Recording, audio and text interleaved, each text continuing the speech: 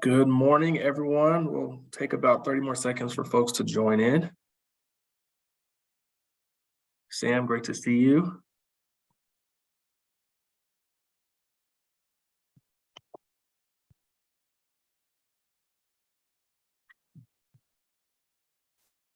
I was muted. Great to see you too. I was like Oh, talking to myself. All right, Dana, let's go ahead and get started. Welcome, everyone, to our first statewide Health Equity Task Force meeting of the year. So excited to see everyone's faces or your name. However you want to show up is totally fine. My name is Aaron Green. My preferred pronouns are he, him, his. And today we have ASL interpretation, and we also have Spanish interpretation. So you can access those services with the links on the bottom of our Zoom call. So I'm going to just head over to or Hugo, I think you were going to say something? No, I was just going to say, do you want me to do this simultaneously? Are there people present already in the Spanish room, or how? Because if I talk at the same time you do, I'll be interrupting you, so I don't want to do that. Does anyone need Spanish interpretation right now? Yeah, so if they can give a thumbs up, they need it, certainly can. I don't see any. So if that takes place, if someone joins, and we can pause, and then if you want to do after I speak, we can do Spanish interpretation. Yeah, we'll have to do it if you don't mind. Sorry to interrupt, but No worries. consecutive, since we don't have a separate room for the individuals. Okay. Thank you. And I'll make sure for the next meeting we'll have a separate room. All right, so here's our agenda at a glance. Thank you, Dana, for sending this out earlier. So we're going to spend a couple of minutes doing a welcome and land acknowledgement. Then I will go over very briefly state of health equity, sharing some disparity slides for you all to see. The data is from November of 2022. And then we're going to break up into work groups. So as you all know, we took the time to merge our work groups with our task force meetings. So that way we can make sure we have some cross collaboration amongst the task force ambassadors and the work group members. Dana will also share out the document for each group to track your meeting notes. And then we'll ask each group to identify a spokesperson to do a quick 5-minute update on what you all discussed. And then we'll open up for public comment and discussion for about 10-15 minutes. And then at the end, we will do a round robin to check in for folks who have questions or any updates. And then we'll do next steps and closing. Before we kickstart into the meat and potatoes of the work, I always want to do a land acknowledgement. We would like to acknowledge that what is now Colorado includes the lands of the Ute, Arapaho, Cheyenne, Dene, Lakota, Apache, Pueblo nations, and many tribes, and that the sovereign tribal governments of the Ute, Mountain Ute, and the Southern Ute Indian tribes still reside in this state. These tribes are the original stewards of these natural areas. We want to take a moment to honor and respect these original stewards, the environment, and their relationship with the land. I'm going to pass it over to Dana if you want to do roll call. All right, and we are going to take roll of our ambassadors, and I am just going to get my document so I have that available. And if you can just, I can't see you all, but if you can just speak up and say present or here as I call your name, I would appreciate it. We have Maureen Carney with Rocky Mountain Health Plans with our Ray 1. I'm here. Thank you. And then I have Ashley Clement. She's out, her kiddo sick today. Okay, thank you. And we have Phone Din. Hi, Dana. Hi, hopefully I'm pronouncing, please let me put that out front now. If I mispronounce your name, I am really sorry, and please correct No me. worries. Yeah, you did it perfectly. It's falling like that baby deer. Okay, thank you. And then Lori Roberts. I'm here. And Safi, I'm not gonna butcher your last name. Hi, good morning. This is Sophia Alfaturi. Thank you. Yeah, okay, thank you. Jeanette Snyder, Yes, here. Dan Ham.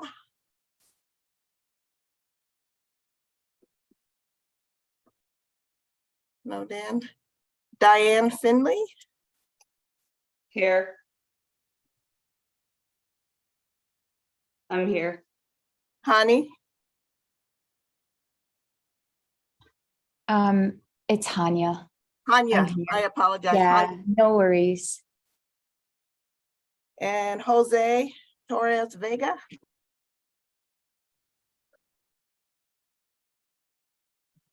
Maybe not here. Dr. Sheila Davis. Good morning here. And we have Katie Blickendeffer. Blickendorfer, yep, I am here. Blickendeffer, thank you. Abasi Baruti, Present. Sarah Staron, I'm here. Essie Yurdahl, The Yurda here. Thank you. Brenda Figueroa, Here. Mirella Chavez. Yep, Mireya Chavez. Mirella, okay, thank you. Dana, I am present. Lauren Phillips, Hi, Dana. I'm here. thank you, Lauren, and Sam Hall, Here. thank you. All right, Lisa Tool is also here. Maybe I didn't sign up right. From Vivint Health. Also Kelly Shanahan, formerly Kelly Marshall from Colorado Access. Okay, gotcha. Thank you. Anelisa Cancela from El Grupo Vida.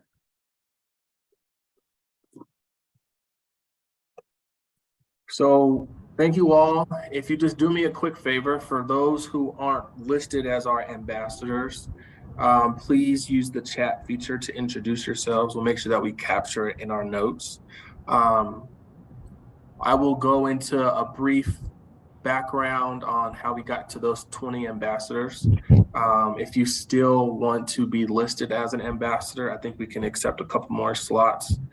So feel free to shoot Dana Beatty an email. She's our Senior Health Equity Specialist. Hey, Erin, this is Julissa. Am I an ambassador So or no? because you were part of Ray 1, Maureen is the ambassador, and you're the lead of the work group. I'm not part of Ray 1, my friend. I work with Ray Colorado Access and Colorado Community Health Alliance. I don't know how you got that confused. My heart hurts. No, I'm sorry. You're right. I knew that. That's okay. That's okay. It's early in the morning for you, maybe, my friend, but get it together. Got it. I'm Colorado Access and Colorado Community Health Alliance for life. I know you are with everyone. Right? I'm with everyone. I play in everyone's team. Right. So if you all remember when we met earlier, July, August, and September, we met as a huge body, and there was a conversation that we would take that large list and then make it into a smaller group of no more than 20 ambassadors. And the group decided that those folks would take the reins and be voting members. And then we would open it up the work groups to anyone. So those work groups would then meet and then come up with recommendations to send to the task force, and those 20 folks would vote. So I'm totally open to the group sharing that the 47, I think we have 60 folks. If we want to break that 20 all the way down and say that everyone who joined these calls are ambassadors. I'm totally open to that. So we can discuss that now, or we can table it until I get through these slides, but just something for us to discuss, because we did put that on the table when we were doing the co-created charter, that when we have a multitude of folks on work group or task forces, it gets a little harder to do business virtually in a small number of time. So probably open it up to you all. I don't mind, but I know that the 20 is broken down by the rays. We have 5 representatives. We have 4 members to represent that group. And then we have about the remaining are the community members in different groups. So just an FYI. Hi, Erin, this is Fondin. Just to ask another point of clarification for the different work groups. Can anyone join? I think that's what I heard earlier. So Yeah. let's say we have a third representative from our Ray. May that person join because there's need for a certain topic? Yep. Okay. So we did discuss that we would open up the work groups to anybody across the state. So if they want to join and provide their expertise, voice, opinion, they can join those groups. And then just let me know who they are and I'll add them to the invite, and then they can hop into those work groups that will be part of our breakout sessions. Perfect. Thank you. Yeah, absolutely. And sorry, Erin, can you clarify for the work groups, will they always be part of this wider meeting? Yeah. At the end? So, Okay. so what was going to happen is the task force was going to meet January and then bi-monthly. And then the work groups were going to dovetail and then start meeting in February. So that would have been a total of 12 meetings. And so just to maximize folks' time and energy, we condensed them into the 6 meetings. So that's why we would have these 2-hour sessions, and then 45 minutes will break out into those work groups. And we would want you all to pick one. I know in the past, we had some folks join 2, 3, or 4 or all. So when we do the breakout sessions, we'll ask you just to join one. And then once we get to that part, we'll give you further instructions.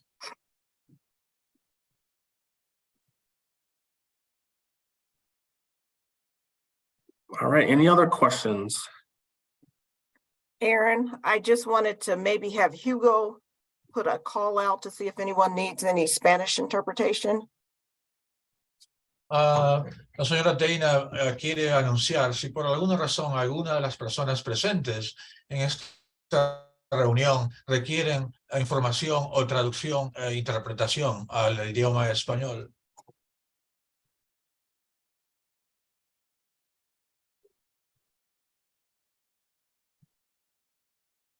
It doesn't look like Dana. Okay, thank you, Hugo. Thank you very much for checking. I appreciate that. Hi, Aaron. My apologies. Jose, welcome. Thank you. I have been extremely busy today. No worries. I can't see your face, but I've memorized your voice, my friend. Here you go. Here's my face. All right. So just in the interest of time, I just want to move forward with the presentation. It's very quick, but I just wanted to give you all a quick overview of where we are, what's the state of health equity. And if this is the first time folks have joined these calls, again, my name is Aaron Green. I am the Health Disparities and Equity, Diversity, and Inclusion Officer with the department. I sit in 2 offices, Office of Cost Control and Quality Improvement, CCQI, under the Chief Medical Officer, Pete Walsh, and then under the Executive Director's Office, People Operations Division with the HR Director and Chief of Staff. And so what brought us here today in many meetings over the last several years, almost 3 years actually, with my predecessors is really around Senate Bill 21-181. And so I just want to take a brief moment of pause and recognize Dr. Sheila Davis. She was the previous director of the Office of Health Equity with CDPHE, who really helped lead the efforts around a statewide strategy to address health disparities. And so back in July of 2021, the Gov's office, CDPHE, HICPUF, and many other state departments came together to pass this bill to really address and strategize how to truly tackle the issues around health disparities. And so HICPUF, we created with the support of the Office of Health Equity and through several meetings and stakeholdering, created our first of its kind health equity plan. So I won't go through the nuts and bolts of that plan. I'll definitely share opportunities for us to break it down, but we have 4 focus areas: maternity, prevention, behavioral health, and COVID-19. And so we wanted to create this space as part of holding the department accountable to the needs of the community. And so as of today, we are on track with certain deliverables.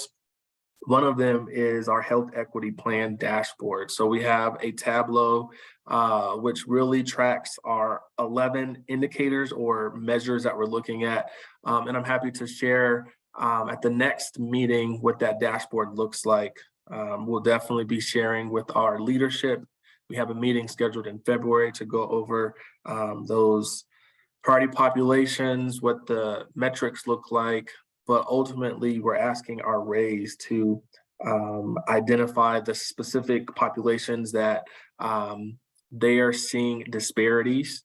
And so that instruction and narrative will be sent over to them hopefully by February. It's in e-clearance right now, which is our internal process of clearing documents.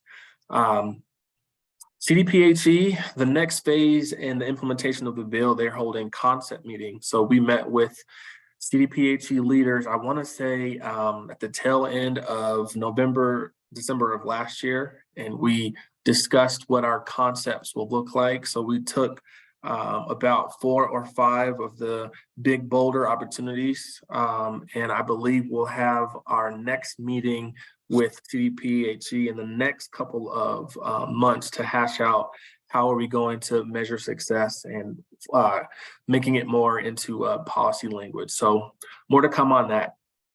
One of the big boulders that we're really trying to move forward with is making changes to our Medicaid application. And so if you have heard me talk about it in the past, we want to make sure that in order for us to capture health disparities that impact our Health First Colorado and CHP Plus members, we have to look upstream, and it starts with our data collection.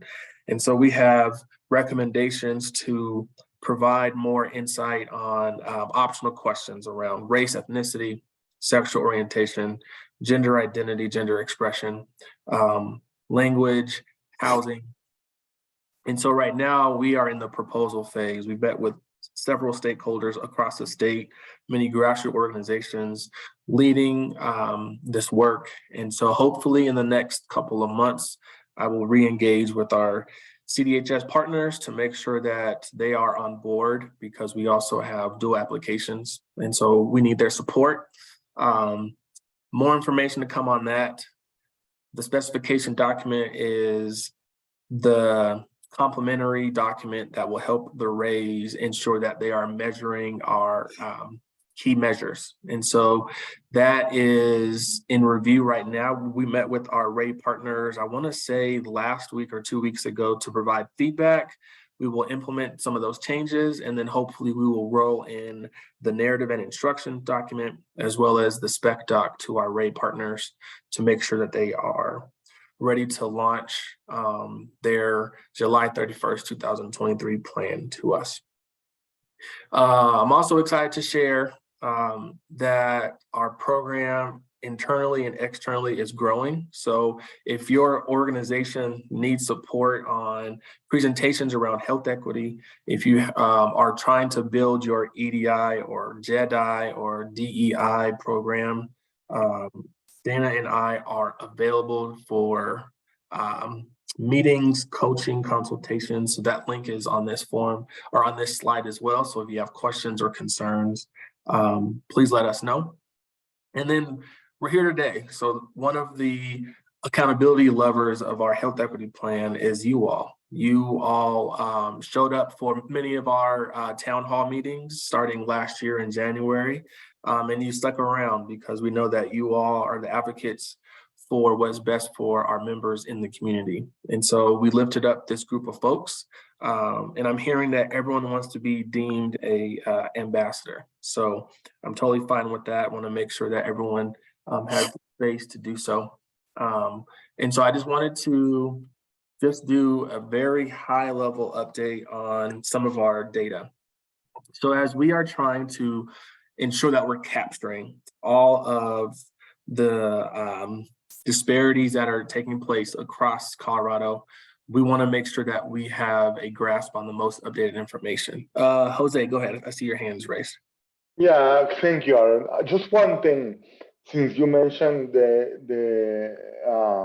the co-chairs and the leaders of this group, I wanted to make sure.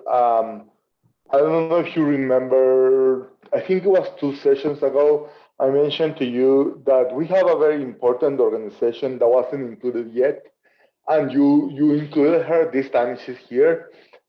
She's the executive director of El Grupo Vida, Elisa Ocancela, and she's a wonderful Latina leader. And I would like to have El Grupo Vida be one of the lead organizations, since together with CCDC, we are doing tremendous work for the disability community, both in English and Spanish. Great. No, that's totally fine. And I know that she's here, so I'm glad she's able to make the time. Good morning. Good afternoon. Thank you so much. So what I'll also do is I will resend that task force ambassador Google document. So if you want to just fill that out and say that you want to show up as an ambassador for the next 6 meetings or 12 months. So that way we can just track people's information. All right, so this is the most updated information that we have at the department around vaccinations. This is as of October.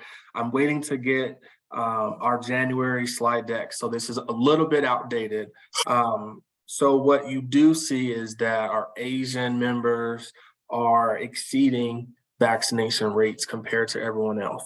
All other groups are below 50% threshold. And so it's also really important, and I know I'm preaching to the choir, that the COVID-19 vaccination rates are very similar to other vaccination rates, such as the flu. And so Colorado is not the only one dealing with these low numbers. It's so important to recognize that all the great work that our RAIs have done, all of our providers, all of our activists, all the grassroots organizations that have done everything under the sun to make sure that everyone over the age of 5 has gotten at least 1 dose of the vaccine. And so part of what our goal is to ensure that we have an increase in the booster vaccination for folks ages 5 and up. And it's truly, I think I can speak, since 2020, you all and many others have done tremendous work to make sure that we're going into the community, that we are bringing the vaccines to our members. So thank you all for all that you've done. So I just have a couple more slides that just highlight what that trend is. I know that we've seen a steady flow, about 1% slope every month. And so what we're really trying to do is just make sure that folks have access to the vaccine. So as you can see, Asian population are well over 70%.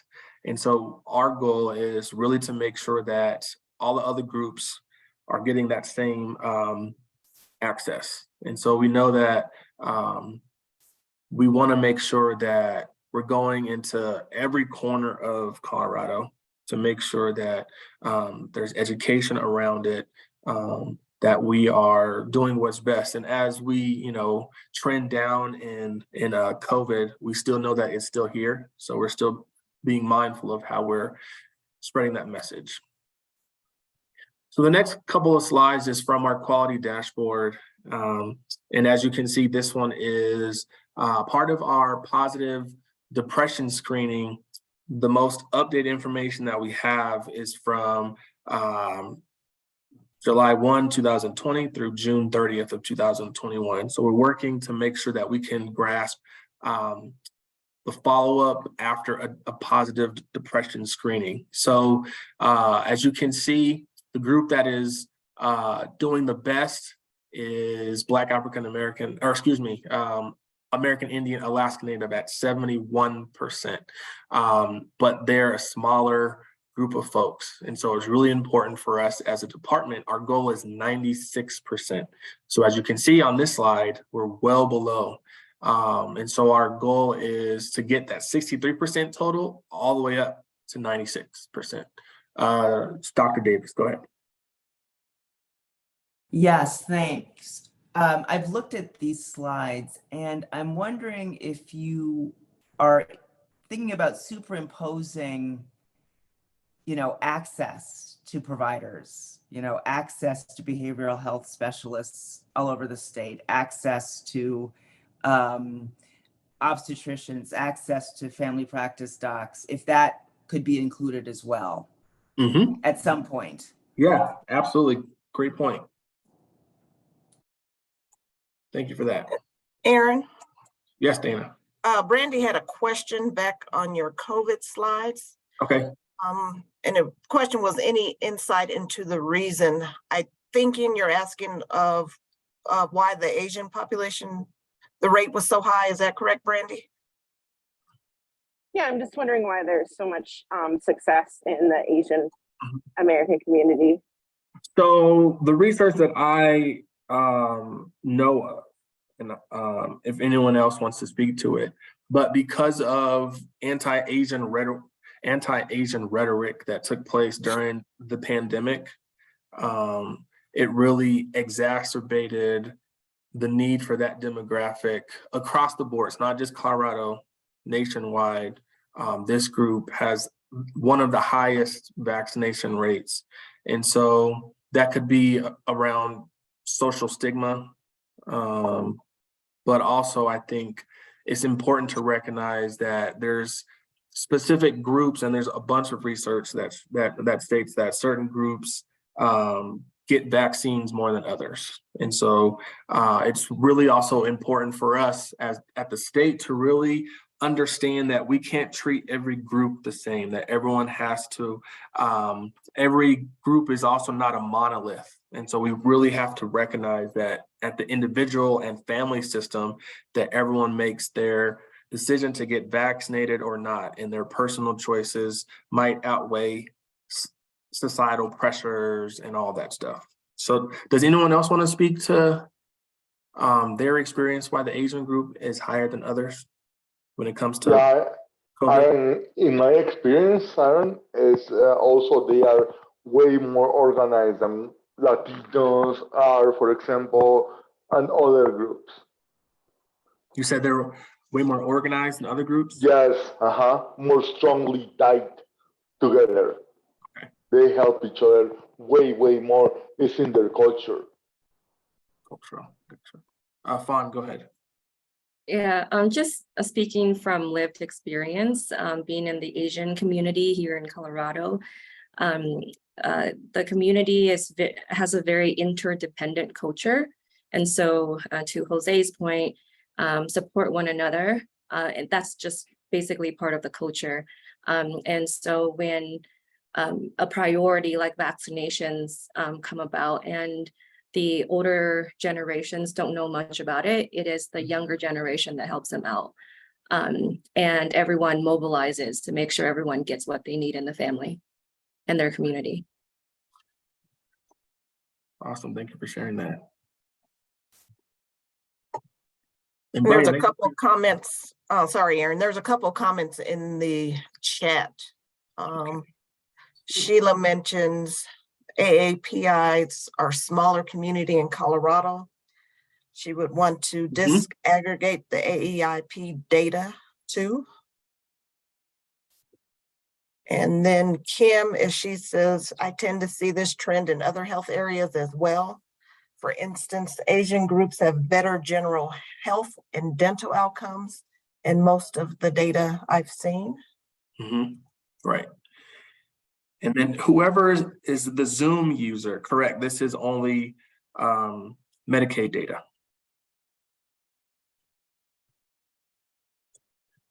All right, so just in the interest of time, I'm going to cover one more slide. What my hope is that we will include our most updated slides in this slide deck every other month. We're going to be making sure that we add more information as we get our health equities dashboard up and running. So that might look a little bit different. And that slide deck will also be shared out with the raise as well. Let's see. The last piece that I just want to share really quickly is timeliness of prenatal care. So the NCQA's HEDIS mean is 84%. And one thing that our chief medical officer and I have really pushed for is all of our measures should at least be at the national HEDIS mean. And so part of it is, as you can see, as a department, our goal is 92%, but all of our groups are well below that. And so if you look at our health equity plan, you'll see that we put languages in there that we have to close the disparity gap across all populations in Colorado, that we need to do a better job with every group. And so that way our disparity gap is where we want to make sure that everyone is thriving so we can get to at least that HEDIS mean. So that way we can start to make more progress. So our goal is, it's the percentage of deliveries that received a prenatal care visit in the first trimester on or before the enrollment start or within 42 days of enrollment in the organization. So part of what we're working on at the department is looking at early intervention. So how can we support family planning through health literacy, working with our providers, going into the community to really have those conversations. So that way any birthing person can have access to prenatal care. And we also know that some birthing people don't know that they're even pregnant for several months. And so that could be a factor of why they didn't get prenatal care in that first trimester. So, and this data is still outdated by I think it's a year. So this one is as of June 30th. So it's about, hopefully we can get an update in the next couple of months because we have a lag time in our data. So overall, we're at 62% across the state. Our goal is to get to 92%. So Dana, I'm going to stop here. If folks have any questions, but I know we are short on time. I want to spend the bulk of the next part, the next part going into the breakout session. So let's see. All righty. So what we're going to do now is go into breakout rooms based on the different focus areas. So just as a reminder, they're COVID-19, maternity, behavioral health, prevention, and access to care. I think Aaron mentioned earlier, we asked that you select one to go to. We know you all have areas that you're concerned about, multiple areas that you're concerned about, but for this, we ask that you attend one breakout group. And our ASL and Spanish interpreters will be in group 1, which is the COVID-19 room. So if you need that, if those services, please go into breakout room group 1. Now, in your work groups, these are the things we want you to kind of discuss regarding your focus area. And I'm also going to share in the chat a document that you can take notes on these topics. I just shared the document. But in your work groups, we want you to identify a lead and a co-lead. And then we also want you to discuss the priority populations that impact your region or your area. And this is related to, again, your focus groups. And then discuss solutions, policy, or any ideas that can help reduce the health disparity for your focus area that you're working on. And then discuss community investments. Which organizations or groups are doing the work to close this disparity gap? And take a community inventory. What's taking place now? Is there anything we can do to support? Anything we can align with? Anything that we can assist with in different community groups? So those are the things we want you to work on. We're going to give you 45 minutes. And again, please select one work group. And I believe, are they listed yet? Have you opened them up yet, Aaron? I have not. I was also Okay. going to add, please introduce yourself. If you join a group that seems like everyone's in there, I would highly recommend that you join another group. And if I also see a bunch of folks in just one, I might take the privilege of moving you to another group. So definitely want to make sure that every group has equitable representation. So without further ado, I'm going to put you all in breakout sessions. You'll see an alert on the top of your screen that says which one to join, and then we'll go from there. Any other questions before we break out? All right, let's see.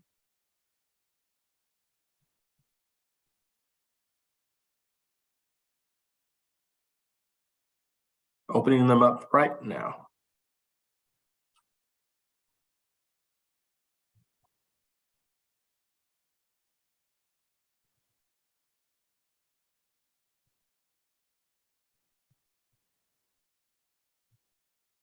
And can everyone see the breakout rooms down at the bottom? Yeah, it looks like everyone's starting to make their move. Fall over, yep.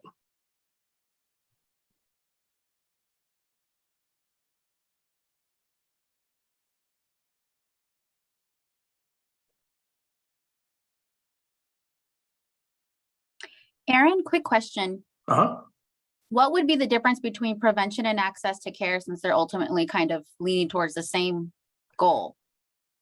Yeah, so I think what the access to care group, if my memory serves me correctly, it's what can we do now? What are the current short-term milestones that we can do? And the prevention group is more long-term. Okay. Okay. Thank you for that. Mm-hmm.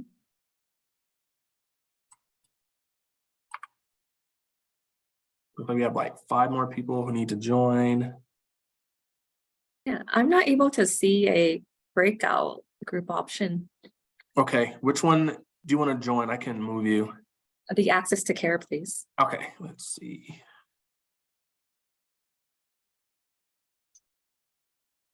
Hey, this is Brandy. I have not moved intentionally. I figured I would go where I'm needed. Do you want to choose a room for me? You know what? That's the social worker in you. I'm gonna, let's see. Let's put you in. I'll put you in COVID. Sounds good. Thank you. And then Jason, which group would you like to join? Prevention, please. Okay. Thank you for checking. And then Reagan, which group would you like to join?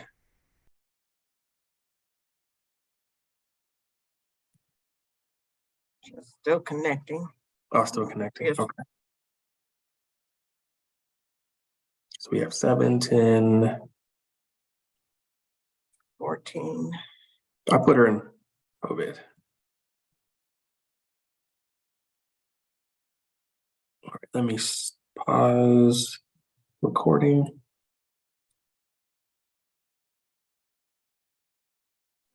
This meeting is being recorded.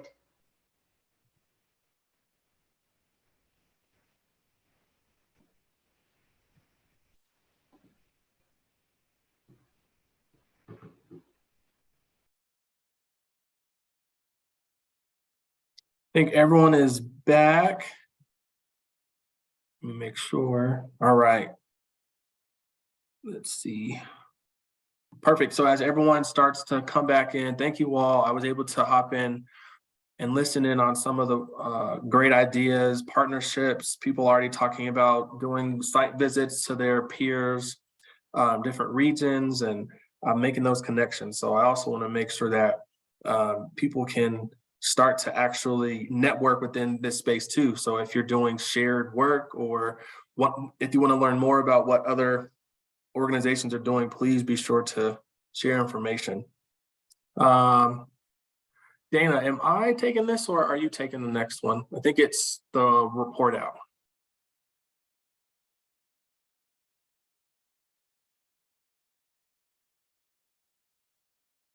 Okay. So I also want to just state this really quickly, and then I'll ask at least a representative from each of the groups, just to, at a very high level, what you all discussed. You don't have to answer all those questions in this meeting today. We have 6 total meetings together. And as we meet over the months, I want you all to start honing in on those focus areas and drilling in on how we can lift those into a formal recommendation to the department. So without further ado, I'm going to ask someone from the COVID group to take a few moments to give us an update on what you all discussed. Sure, I'll take that. So this is Sophia with CCHA. We had a really great conversation, and really just drilling down to what we can do, I think, in the short term versus the long term, I think is kind of where our discussion started to go. We have a lot of great programming that's happening already with promotoras and cultural navigators and community ambassadors that are out in the community already doing a lot of this work. And so, the question becomes, how can we elevate their work even more? The longer term discussion, though, that we had was really around the provider piece, and how can we make providers more accountable, more inclusive, because in the long run, as the mobile buses, for example, are no longer a resource for offering vaccines in the community. And maybe the capacity is simply not there anymore. And people's only option might be a provider or a pharmacy or et cetera. And so bridging that gap too of increasing trust among providers, but in order to do that, in order to increase trust, there needs to be that accountability on the provider end, and they need to be the ones to kind of create that environment. So I think that's a longer term discussion, but was definitely a focus of our conversation today. So I think, in the coming meetings, we're just going to continue to discuss again how all of this great community work that's already happening and how we can elevate that. Also, there was a lot of mention too on just making sure that we are focusing on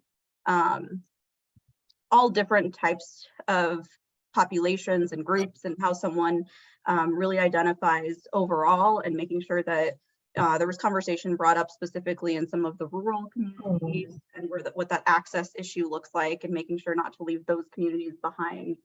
And then some of the dynamics, I think, within families, there's, that political conversation that comes up too. So I think a lot of great discussion, and I appreciate everyone for participating. And I think that there's a lot there long term, but I don't know if really quickly anyone from my group had anything to add that I might have missed.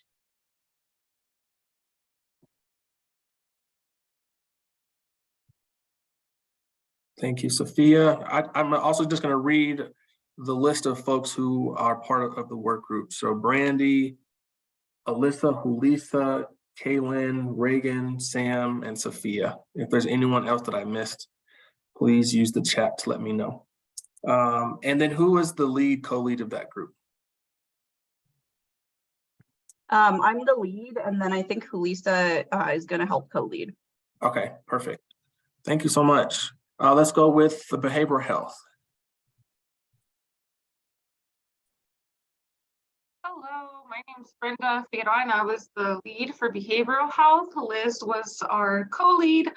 And we had a really, really rich discussion. I think we were a little bit kind of, throwing ideas left and right, talking about some of the barriers we saw in our communities and then coming up with solutions. So with our priority populations, we saw across the board, a lack of access. For our rural areas, it was, the distance, the member choice, the stigma that comes with behavioral health, and being in a small community, right? That's another barrier. Transportation, we saw that trust was also a huge barrier. And then other factors, social determinants of health, like, homeless, substance misuse, individuals with maybe learning disabilities, right? And so just a lot of those barriers across the board in the rural and the urban areas. And we saw a lot, we talked about the lack of providers overall in the state. Some of the solutions that we kind of brainstormed there was just better access, right? Appointments closer to home. We did discuss telehealth, how there's a mixed feeling when it comes to telehealth behavioral health services. Some people like it, some people don't. Again, that transportation is a huge barrier for individuals. But we also talked about it, integrated care, right? And it sounded to me more of like that wraparound service of where we have these individuals, for example, in a clinic, you come for a physical checkup, but you also are being screened by a behavioral health service provider, and it's all in the same office, all around the same time of the appointment, right? And it's really inviting. And even if the individual doesn't want to talk about behavioral health there and there, then at least there's a connection made with that individual. So we thought that would be a really good inviting way of creating that trust in the community when it comes to behavioral health, since it's a huge taboo topic, especially around minorities. We also talked about educating providers, or providing more educational resources for providers when it comes to cultural competency, reviewing holistic methods of serving individuals with behavioral health, utilizing evidence-based approaches. Let's see. We talked about schools, right? Integrating behavioral health within the schools, just because for the younger population, that's kind of like their main point of contact for services usually. And then funding for education. We have this lack of providers, right? So why not hopefully create some funding to incentivize individuals to go into this career path with community investments. Again, we talked about school-based clinics, integrated care, peer support roles, community-based programs, outreach, and working together was a really big one, right? A lot of the times we have resources within our communities, within the state, a lot of us don't know of, and how can we create a hub where we can have that communication and letting individuals know what's going on. We even thought about maybe how could the state assist organizations and other service providers in this communication, et cetera, and just becoming safe space centers, culturally competent treatments. What is taking place now is we had some awesome people from the Ray 4, it sounded, and they told us about like how they have programming to reinvest in the community. We had other individuals from other organizations who are already doing that integrated care, and individuals who are already doing that community network that gave great insights on how to continue that. And please, anybody from my group, if I missed anything or I explained something wrong, jump in. Let us know. Awesome. I think Great, that's thank you. us. And then from that group, I have Abasi Angelina, and I'm sorry if I mispronounce your name, please correct me. Arjane? You got it right. Brenda, Chelsea, Christine, Diane, and Hania. All right, let's go with maternity. And Liz, sorry, Liz, yes, I do have you. Next up, maternity.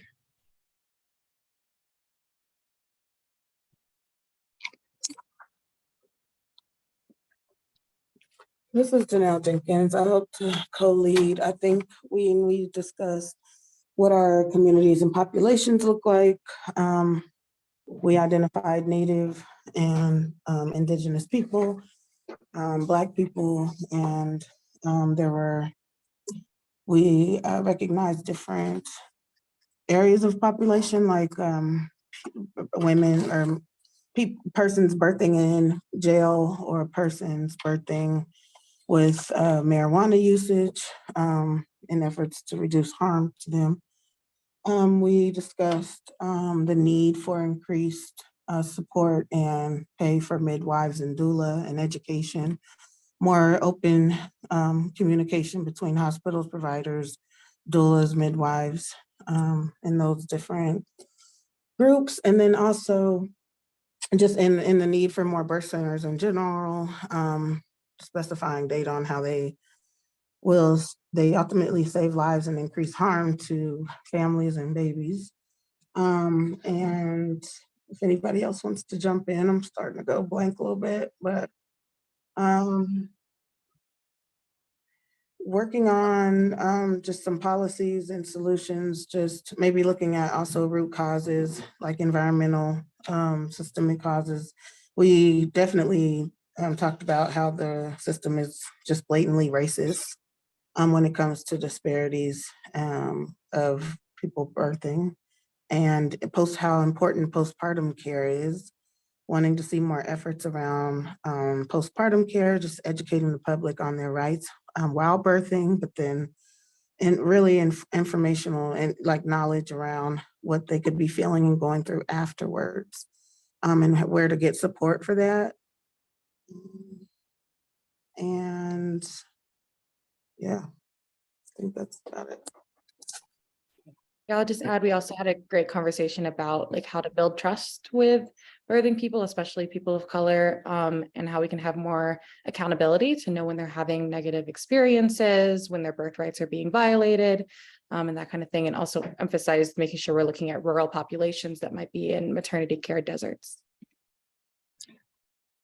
Thank you, Janelle and Lauren. I have in the group Allie, Issei, Janelle, Katie, Lakita, Lauren, Lori, Randy, Robert, and Sheila.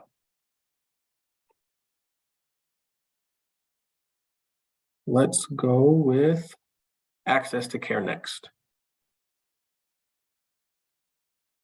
Hi, it's Maureen Kearney and Lauren Phillips from HICPUF, and I co-led the Access to Care work group.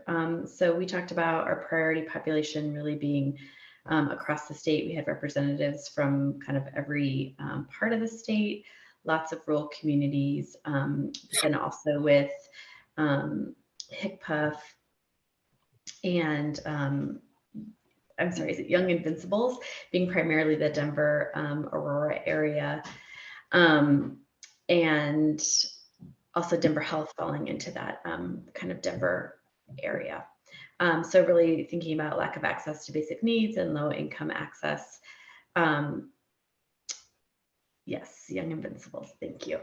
And then thinking about the unhoused population from the DOLA side, Native American communities in Southwest Colorado, and then refugee, unhoused, justice involved populations as well. So really ran the gamut in terms of priority areas and population focus. Solutions for that were different funding streams for affordable housing, working with developers of color, and on land use policy, community benefits legislation, community grants, and making that grant process equitable across the different counties within the RAE, looking at CHNAs, and having an equity lens, simplify and make the grant application more accessible when thinking about community reinvestment dollars that RAEs are providing. Prevention and education and partnering with public health and schools for more community engagement and stronger awareness in communities. More community reinvestment dollars, especially, and then also transportation in rural areas, which was also mentioned by another group. Expanding the behavioral health network in our resort communities, looking at health disparities and improving access by providing culturally responsive care and being trusted culture brokers in the communities that we serve. For example, COVID outreach and Black maternal health. and doulas who can provide culturally responsive care. And then there's a housing to healthcare pilot program where there's intensive case management provided as another strategy or solution. And then we really thought that a lot of our strategies and solutions had to do with the community investments and the community inventories that were going on. So Sunrise is really working on a family coordinator program with local school districts to identify needs that are going on in the community and working with migrant and labor groups. Different community initiatives can help close that disparity gap. Colorado Access is using data to drive investments, which leads to closing geographic gaps and using cultural brokers. Working with hospitals and getting folks connected to different platforms. I think that was through the hospital transformation program. And then an overall focus on community engagement and integration of social determinants of health and basic needs, especially as it relates to rural access. So if anyone from the Access to Care Work Group wants to add or clarify, feel free, but that's what we discussed. Thank you, Maureen. I have in your group, Christina, Fatima, Jackie, Katie, Maureen, Vaughn, Sarah, and Lauren Phillips. Sounds right. Cool. Thank you. All right, prevention, you're up. Mireya Chavez. I led the prevention work group, and Jose was my co-lead. And we basically identified, well, we had a very rich conversation and it was all over the place, but we were able to hone down on some things. Some of things didn't get captured, so I apologize. So team, please speak up. But priority populations that we were looking at would be obviously those who suffer from chronic conditions, communities of color, rural frontier communities, children, adolescents, disabled seniors, unhoused, undocumented, and again, those who lack access to cultural medicine options.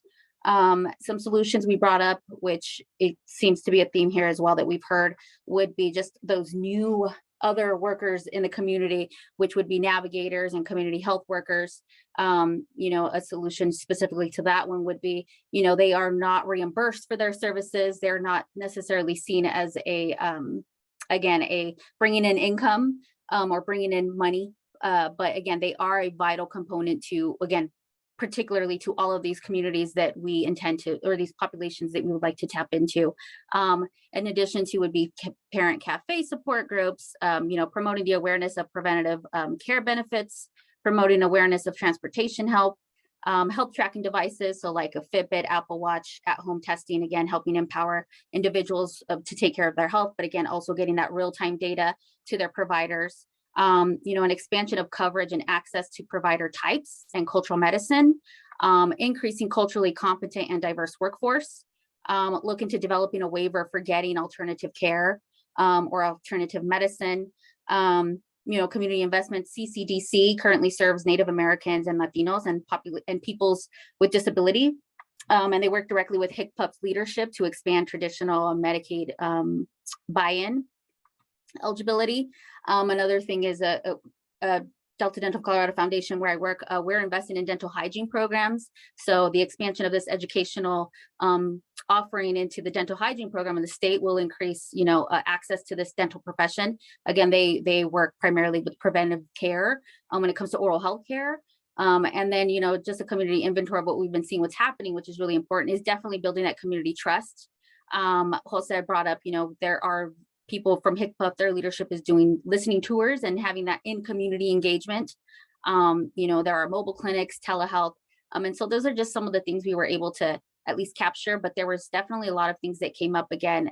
The understanding of culturally competent care, again, meeting people where they are, again, getting people informed and well aware and giving them those tools of how to care for themselves ahead of time before it gets to be to a point to where they're beyond, preventative type of care. But another thing that also came up that I definitely want to highlight is how or basically who is what we're trying to think of, who's going to be taking on this responsibility as we're plotting down these ideas.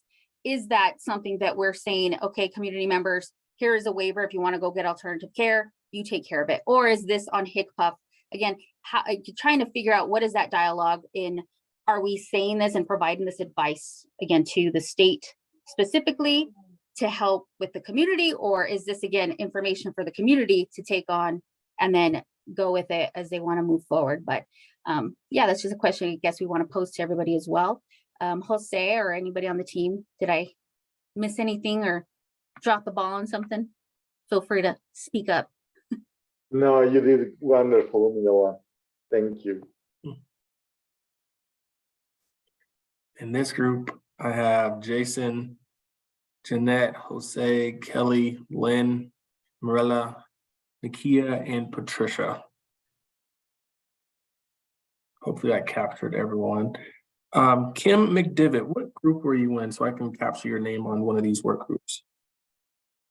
Hello, yeah, I was in the behavioral health. Okay, perfect. All right, so I'm going to turn it over to Dana for the public comment and open discussion. All right, thank you, Aaron. And I just want to say thank you to everyone. I did pop into a lot of the groups and there was some great work, great comments, great ideas. So I just thank you all for your suggestions and your work, and look forward for the continuation of great work and some great things to come out of these work groups. But our next thing we're moving into is open discussion and public comment. And this was just kind of an opportunity, if there's anything that anyone needs to bring up, open discussion that you would like to discuss. We have a few minutes for that now. So I'll just kind of open the floor to see if anyone has any open comments, any discussion items that anyone wants to bring up that we have not discussed today.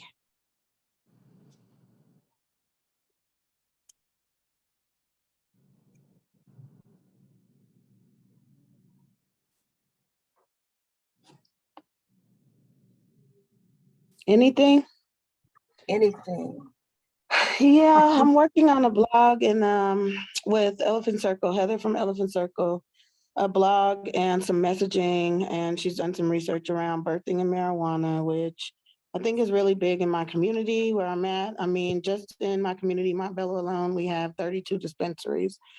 And there's always been teen mothers, and it just, I know, like in my experience, you know, people are, you know, they smoke and not even know they're pregnant, or once they find out it could be harmful to them, they're afraid to say anything to their doctor for fear of what might happen to them or their child. So I think more efforts to reduce harm around people birthing with that may have marijuana usage and more direct resources for them.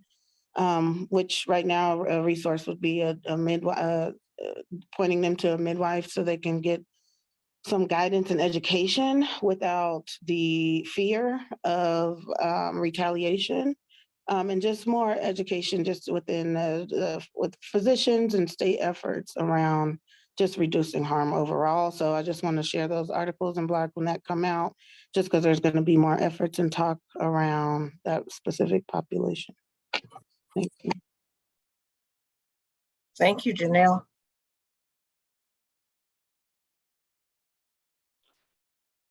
Would you mind sharing your link? I was just going to ask, can you share your link so that the group can have it, so then they're able to get to the blog and all the other information that you have? Yes, I thought I could share it via email to you all once it's complete. It'll be done within the next week or two. And then if I could just share it via email with everyone's permission.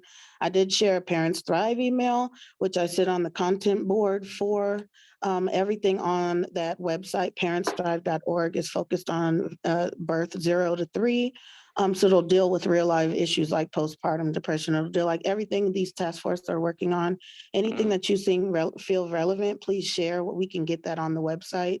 The website only features local, as far as Colorado, trusted resources, organizations, and real life people. And we're working to do better to connect community members to have peer-to-peer support through that website as well. It is ran through, we're funded right now by Colorado CPC. I always get it messed up, but the Quality Care Collaborative, I think is funding us right now. And so it is a state effort, but I just wanted to get that resource out there. Please share with your families and populations that you work with. And like I said, if you want anything that shared on there, please reach out to me and we'll get that on there. And I'll put my email in the chat.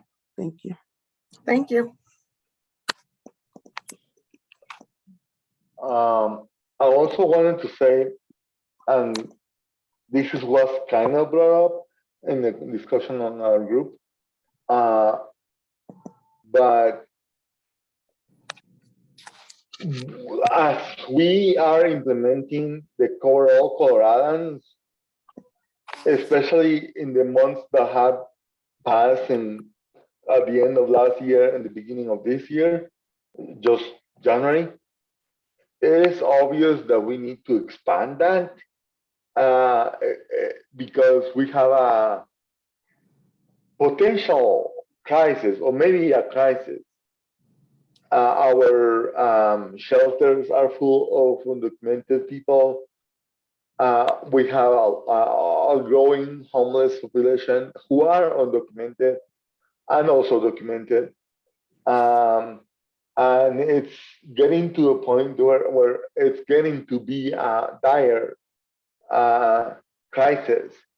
And I think healthcare, but as well as other benefits, will be super helpful. Understanding that we have a limited amount of money for the state, right? We know that. But understanding that if we don't deal at some level with what's happening, organizations like us and Grupo Vida are facing crisis over and over, and organizations like Rocky Mountain Human Services are desperately giving us creative ways to give us money in order to deal with these situations. But obviously, none of that will be effective enough if we don't put in place some policies and some public benefits there.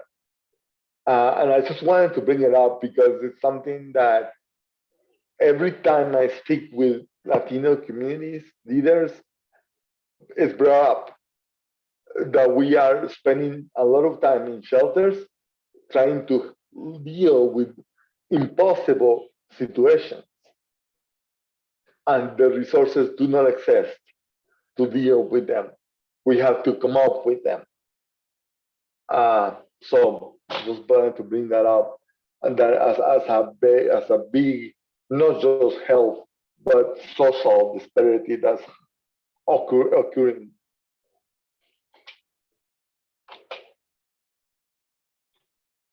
Thank you, Jose. So, Jose, what is your solution, mijo? Because I got all confused with you. So tell me, what is your solution? What is it that you wanted, Guapo? I don't necessarily, Julissa, I recognize your voice anywhere. I don't necessarily have a solution yet. I'm just saying we need to think about it. We need to bring up some kind of policy, money, public benefit, or public benefits in plural to bear, and some kind of rescue plan, if you will, because some of the horrible stories that I hear are people getting into prostitution situations and other kinds of really awful human abuse situations. Of course, makes sense, right? The bad guys are going to always take advantage of a bad, dire situation. Okay, so basically it's like we need to think about what you're saying for our next meeting. You give us homework.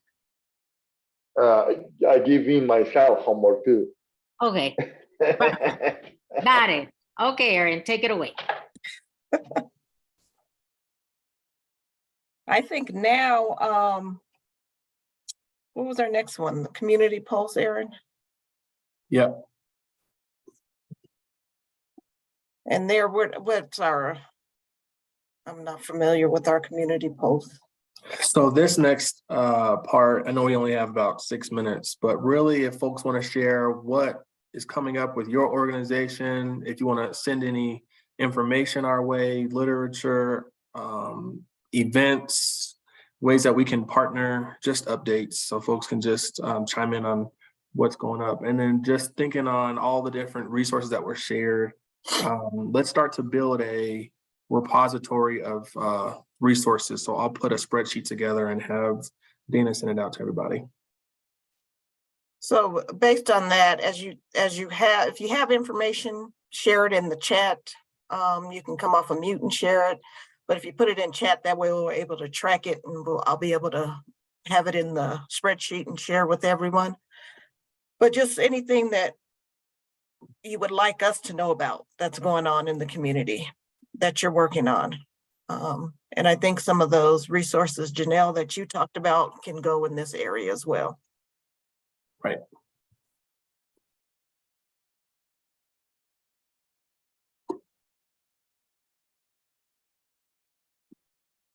So as folks are using the chat or, feel free to raise your hand. Just want to thank you all for your time. This is the first of 6 meetings. Our end result, our outcome is to create a white paper or a recommendation that each of the work groups will come together with, and we'll have one solid document to present to the Department of Healthcare Policy and Financing on how we can move forward. So please be as innovative, be bold, outside of the box. Even what took place 10 years ago or 5 years ago that was working, but maybe lacked resources or sustainability or training. We really want to make sure that we're listening and we're swelling what's taking place on the ground so that way we can put our best feet forward to make sure that no one's left behind. And I'm looking at the chat, everyone's sharing resources.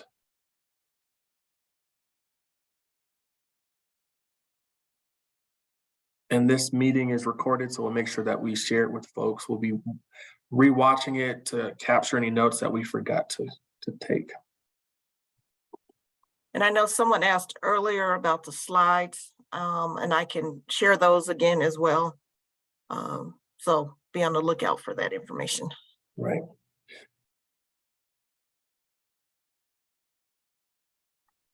And every meeting is going to be facilitated by one of the chairs. So every meeting will look different, have a different flavor, different taste. So that's great. So excited to have everyone here. Fatima asked, why don't we bring some tangible ideas to implement in our communities? Absolutely. So if there's smart or smarty, realistic, granular activities that we can move forward, definitely please don't hold out. Please be sure to share your ideas and thoughts. And I think with that, our next meeting is March 22nd, correct? I believe so. Yep. But in the meantime, if you have questions, you can reach out to myself and Erin. We'll be more than happy to help with anything, but we will send out all the recordings and the slides. And if you have thoughts that you want to get out to us before the March 2nd meeting, 22nd meeting, send those to us as well. But again, thank you all. And thank you all for your thoughts and suggestions and ideas. I appreciate it. Have a good day. Thanks, everyone.